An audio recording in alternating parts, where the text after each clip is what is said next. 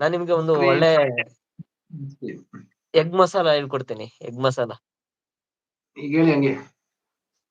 ಏನ್ ಗೊತ್ತಾ, ಒಂದು ಬೌಲಲ್ಲಿ ಅನ್ನ ಹಾಕ್ಬಿಟ್ಟು ಒಂದು ಬಾಣ್ಲಿಲಿ ಹಾಕಿ. ಅನ್ನ. ಎಣ್ಣೆ ಹಾಕಿನ ಮೊದಲು ಎಣ್ಣೆ ಹುಯ್ದ್ಬಿಟ್ಟು ಅದಕ್ಕೆ ಹಾಕ್ಬೇಕಾಯ್ತಾ ಅನ್ನನ. Okay okay. ಅನ್ನ ಹಾಕ್ಬಿಟ್ಟು ಒಂದು 4 ಮೊಟ್ಟೆ ಹಾಕಿ. 4, 5 ಉಂಟು. 5 ಮೊಟ್ಟೆ ಹಾಕ್ಬಿಟ್ಟು ಮಿಕ್ಸ್ ಮಾಡಿ ಫಸ್ಟು. ಓಕೆ. ಅನ್ನದ ಜೊತೆ, ಬೇರೆ ಅನ್ನದ ಜೊತೆ ಅದ್ರಲ್ಲಿ ಏನು ಇಲ್ಲ. ಇಲ್ಲ ಅದ್ರ ಮುಂದಕ್ಕೆ ಬರ್ತದೆ. ಮುಂದಕ್ಕೆ ಬರುತ್ತೆ. ಎಗ್ ಬುರ್ಜಿ ತರ ಮಿಕ್ಸ್ ಮಾಡಿ. ಓಕೆ. ಅದಾದ್ಮೇಲೆ ನಮ್ಮ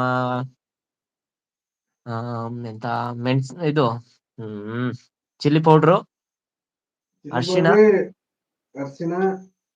ಮತ್ತೆ ಎಂತ ಕೊರಿಯಂಡ್ರ್,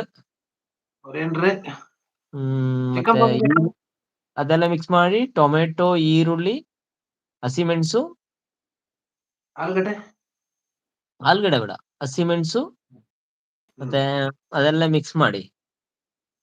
ಅದೊಂದು ಬಾತ್ ಆಯ್ತದೆ.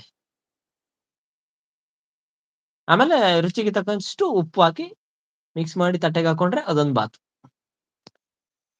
ಅದು ಹೇಗೆ ಸಾಧ್ಯ? ಈರುಳ್ಳಿ ಎಲ್ಲ ಫ್ರೈ ಮಾಡೋದು ಬೇಡ, ಅದು ಬೇರೆ ಮಾಡ್ಬೇಕಾ? ಇಲ್ಲ, ಹಂಗೆ ಮಾಡಿದ್ರೆ ಸಾಕು. ಆಗ ಅನ್ನ ಅಂಬ್ಲಿ ಆಗೋದಿಲ್ವಾ?